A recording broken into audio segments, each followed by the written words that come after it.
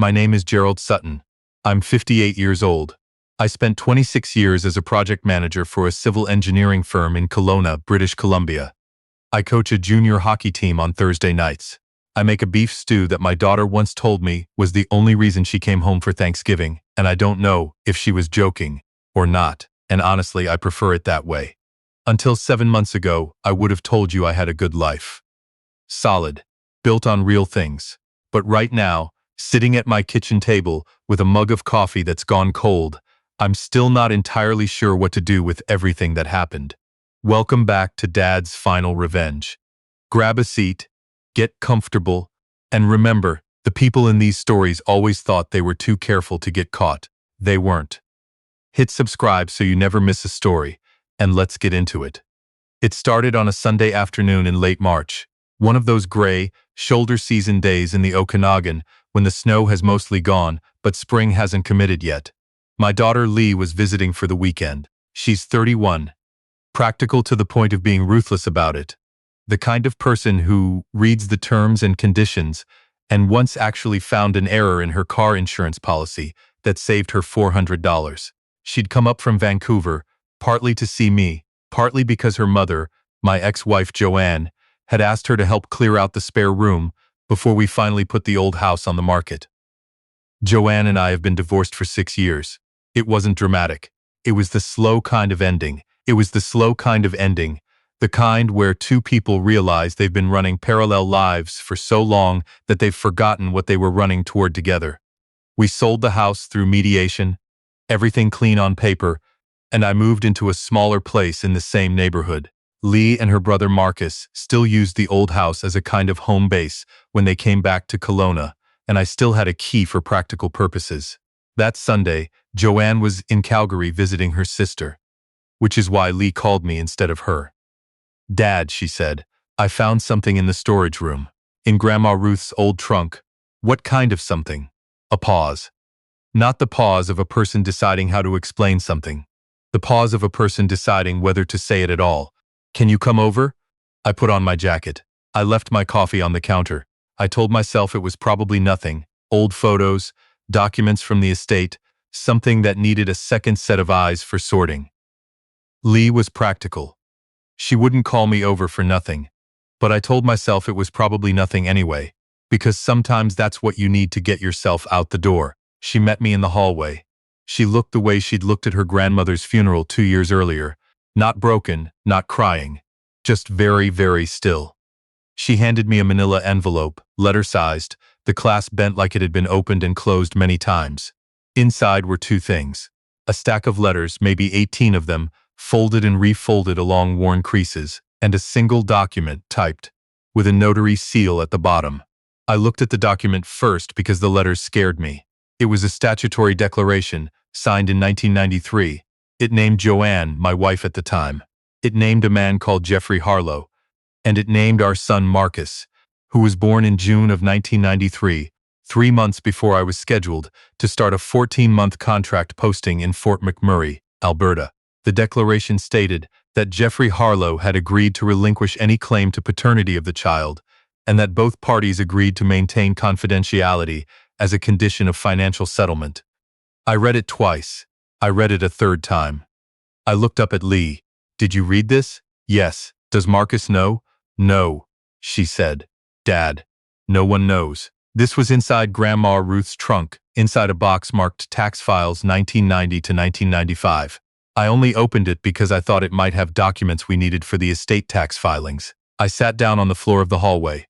I am 58 years old, and I sat down on the floor of my ex-wife's hallway because my legs simply decided they were done for the moment. Leigh sat down next to me. She's practical, my daughter, but she knows when to stop being practical.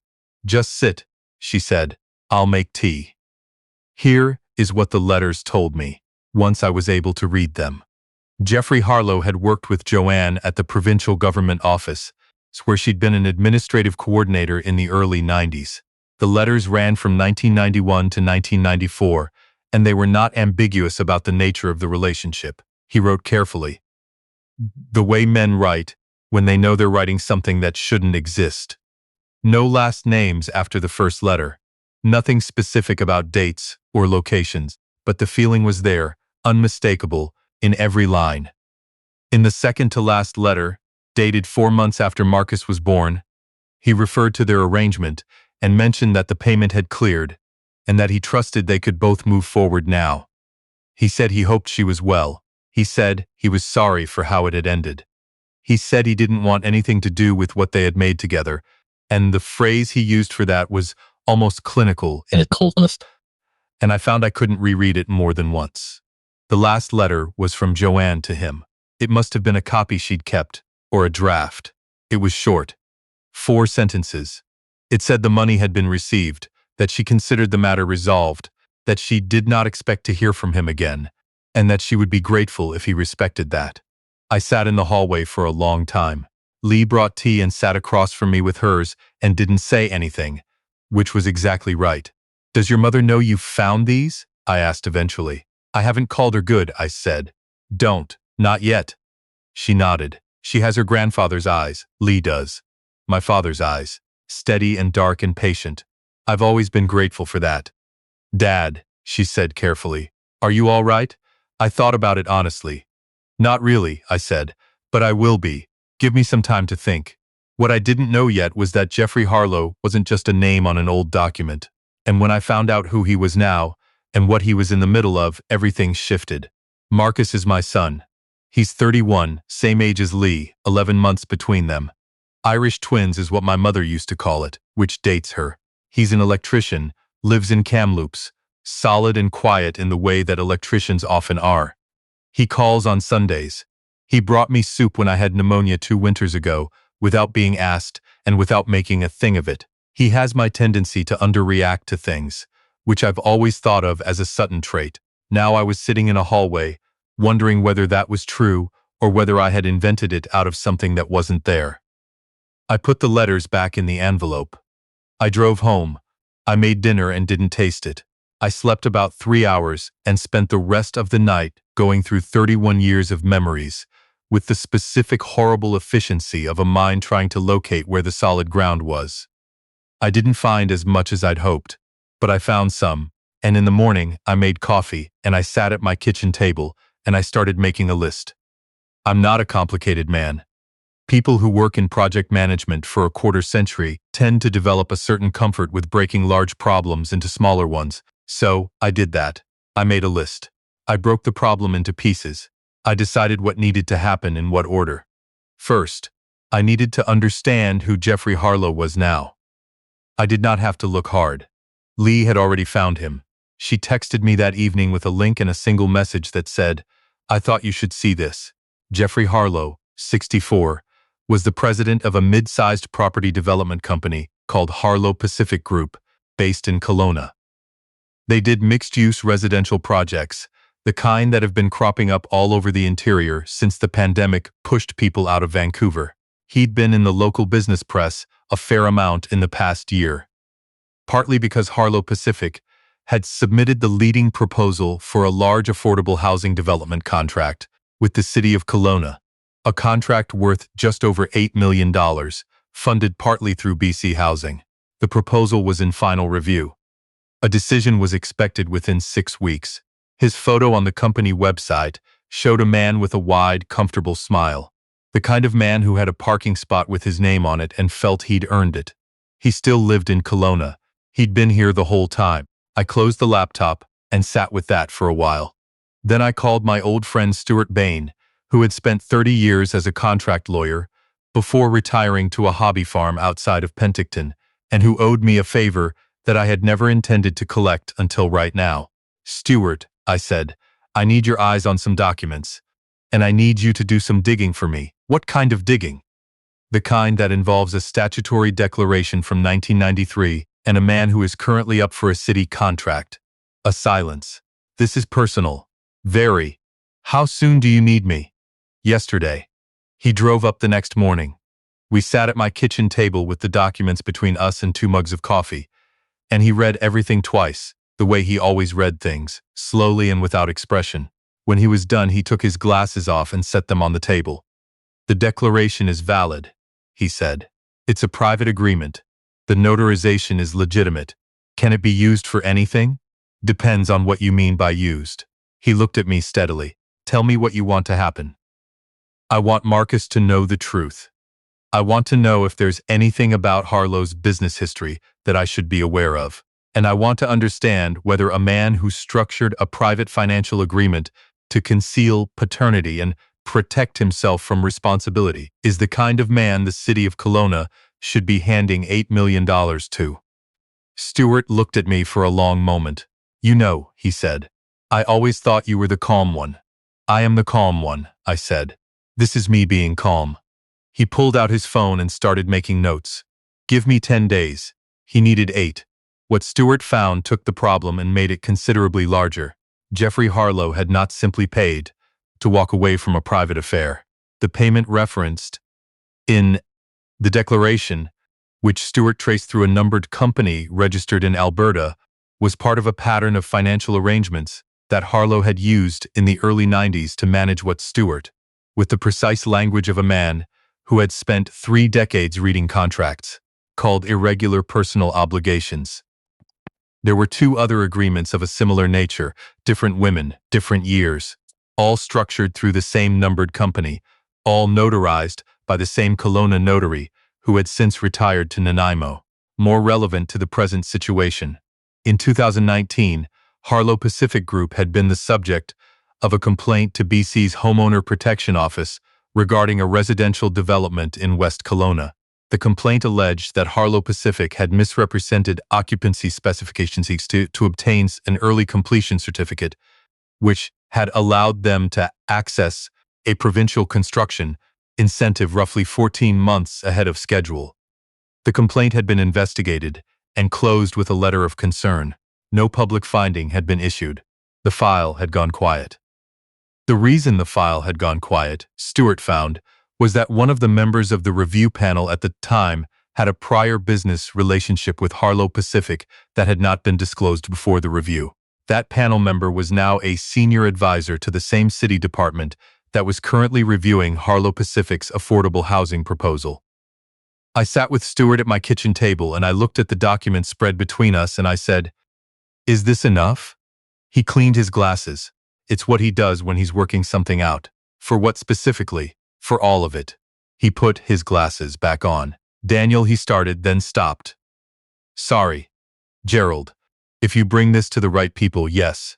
The conflict of interest piece alone is enough to pause the contract review. The HPO complaint is public record. The pattern of the numbered company agreements is harder to pursue, given the age of it and the private nature, but it provides context, and the statutory declaration itself. He paused. That one belongs to you. And to Marcus. Let me worry about Marcus, I said. What I hadn't anticipated was Jeffrey Harlow finding out that the trunk had been opened before I was ready to move. He showed up at my front door on a Tuesday evening in April. I was in the kitchen, finishing the dishes, when I saw headlights in the driveway that I didn't recognize. By the time I got to the window, a man in a dark jacket was walking up my front path with the unhurried, proprietary stride of someone who expected to be let in. I watched him for a moment. Then I dried my hands and opened the door before he knocked. He was taller than his website photo suggested. Well-dressed. The kind of man who wore a good watch without making a thing of it. He looked at me and did a small recalibration, the way people do when they realize the person they're facing isn't what they expected. Gerald Sutton, that's me. I'm Jeffrey Harlow. I know who you are, I said. Come in. I offered him coffee. He declined. We sat in the living room and he crossed one leg over the other and looked at me with the practiced composure of a man who had navigated difficult rooms before. He was good at it. I'll give him that. Joanne called me, he said. I had assumed as much. Leigh had let it slip to her mother during a phone call before I could ask her not to. Not because she was careless, but because Leigh has never been able to lie to her mother for more than 48 hours. I don't hold it against her. She told me some documents had been found, he said. Old ones. From a time that was, for both of us, a long time ago. The statutory declaration is dated 1993, I said. That's 32 years ago, so yes, old. He looked at me carefully. I understand you're in a difficult position. Do you? What happened between Joanne and me was a private matter. It was resolved privately. Everyone involved made a choice about how to move forward. I'm not sure that reopening a very old chapter serves anyone's interests. I looked at him for a moment. Everyone involved made a choice, I repeated. I wasn't involved. I didn't make a choice. I raised a son for 31 years without the information I needed to make any kind of choice at all. So when you say everyone, I want to be clear about who that includes. He was quiet for a beat. Then, what is it you want? Right now, I want you to understand something. There are two separate situations here. One of them is personal, between me and my family, and it's none of your business.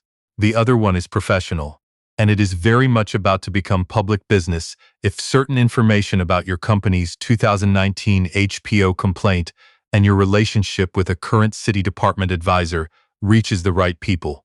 I stood up. So here's what I'm suggesting.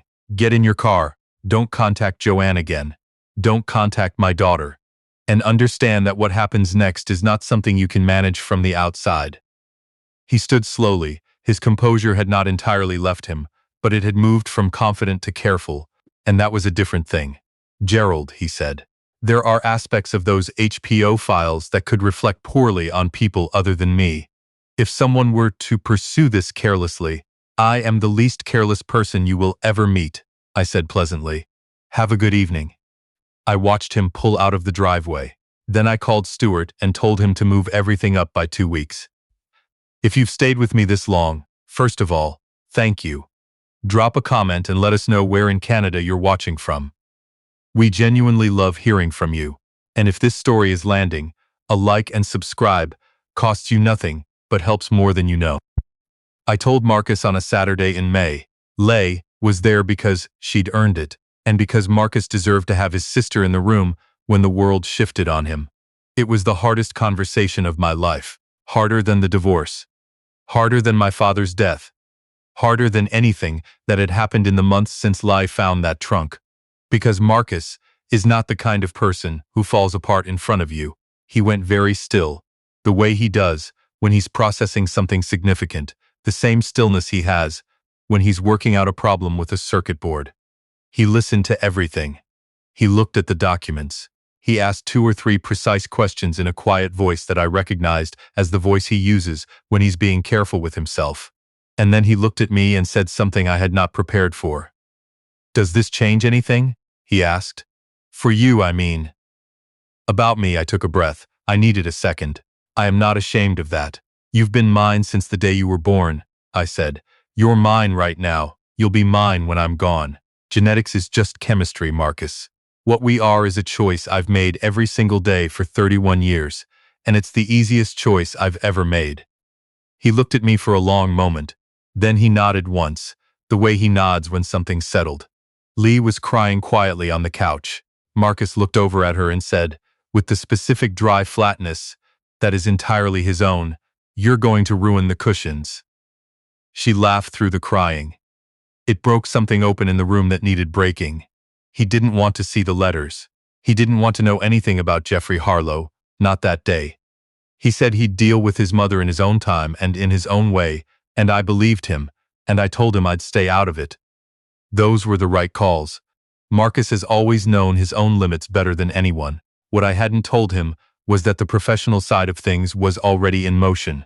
And what happened next, I genuinely did not engineer. I need to be clear about that. What I did.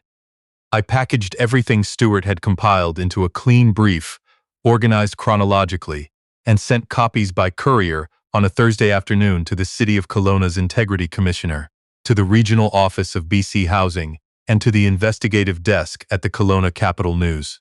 The cover letter was 1 page, written plainly, signed, Gerald Sutton, private citizen, identifying the source of the documents and noting that they had been in private possession for over 30 years and were now being released because they were relevant to a matter of public interest. I also forwarded the file, separately, to a woman named Ingrid Paulson, who had been trying for 3 years to get the 2019 HPO complaint reopened. I had found her through Stuart, who had found her through a contact at the BC Homeowner Protection Office. She had a lawyer. She had been stonewalled. She now had documentation that had been sitting in a trunk in a spare room in Kelowna for 2 decades. The Capital News ran a piece the following Wednesday. It was measured, factual, and it named the conflict of interest issue clearly. By Thursday, the city had announced a pause in the contract review pending an integrity review. By the following Monday, the senior department advisor with the undisclosed prior relationship to Harlow Pacific had taken a leave of absence. Jeffrey Harlow issued a statement through his company's communications office. It used the words ongoing review and the phrase committed to full transparency 3 times each. I read it over breakfast. It was technically impressive, but transparency, from a man who had spent 30 years managing things privately, is a different thing than the real kind, and I think most people could read the difference. Harlow Pacific's affordable housing contract was awarded, after the review was completed, to a different company, a smaller one, local, that had submitted a competitive bid for 3 consecutive cycles without success. They were not the lowest bid.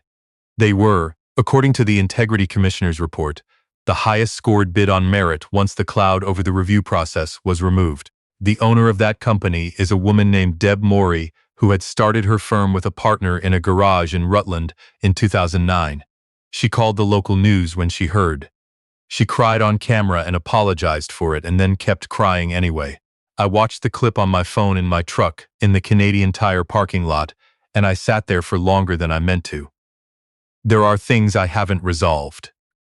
I want to say that clearly because this isn't a movie and I'm not a screenwriter, and I think you deserve the honest version. Joanne and I have spoken twice since all of this happened. Both conversations were civil. Both were also some of the most difficult exchanges I've had with another person in my adult life. She is living with a different kind of reckoning now, the kind that comes when something you kept private for 30 years becomes something that your children know and your ex-husband acted on. She didn't ask me not to do what I did. She knew better than to ask. Marcus is in counseling. He told me this matter-of-factly, the way he tells me most things, and I told him I thought that was a good idea, and we moved on to talking about the electrical upgrade he's planning for his garage workshop. We don't talk about Jeffrey Harlow. We talk about hockey and his work, and whether I'm getting enough sleep, which I am, mostly. Leigh drove up from Vancouver 2 weeks after everything settled. She brought groceries without announcing it first, which is exactly the kind of thing she does. She made dinner in my kitchen, and we ate at the table and talked about nothing important for 2 hours, and it was the best evening I'd had in months. She's the one who found the trunk. She's the one who called me instead of deciding it wasn't her problem. She's 19 years old in my memory, and she's 31 years old sitting across my kitchen table, and those are both true at the same time in the way that only your own children can be. Before she left that night, she stood in the doorway with her keys in her hand and said, "Dad, for what it's worth, I think you handled it right." I told her I appreciated that. "I'm serious," she said. "You could have blown it up immediately. You could have gone to Harlow directly and made a mess of it. You didn't. Your grandfather used to say that patience isn't about waiting," I said. "It's about knowing what you're waiting for." She thought about that. Did he actually say that? Probably not in those words, but something like it. She laughed. She got in her car. I stood on the front step in the spring evening and watched her drive down the street until I couldn't see the taillights anymore. Jeffrey Harlow still lives in this city. I see his company's signage occasionally on development sites around town. His name comes up in business news now and then, always now, with the qualifier following last year's integrity review, which is the kind of phrase that follows a man for a long time. I don't track it closely. A man whose carefully managed reputation has been publicly interrogated is already living with the consequence. I don't need to watch the rest. What I need is in my kitchen. It is a pot of beef stew on the stove on a Thursday night before hockey. It is a call from Marcus on Sunday morning about nothing in particular. It is a text from Leigh that says only made it home safe, followed by a small Canadian flag emoji, which is something she started doing after all of this, and which I think means something neither of us has said out loud. 58 years old, 1 house, 2 kids, 1 divorce, 1 engineering career and a junior hockey team, and a beef stew recipe that I intend to take completely seriously until the day I die. That was my life in a sentence. It turns out, when you pull one thread and the whole thing shifts, what you find underneath isn't necessarily ruin. Sometimes, it's just the real version of something you already had. And sometimes the real version, once you've looked at it clearly, is something you can still choose to keep.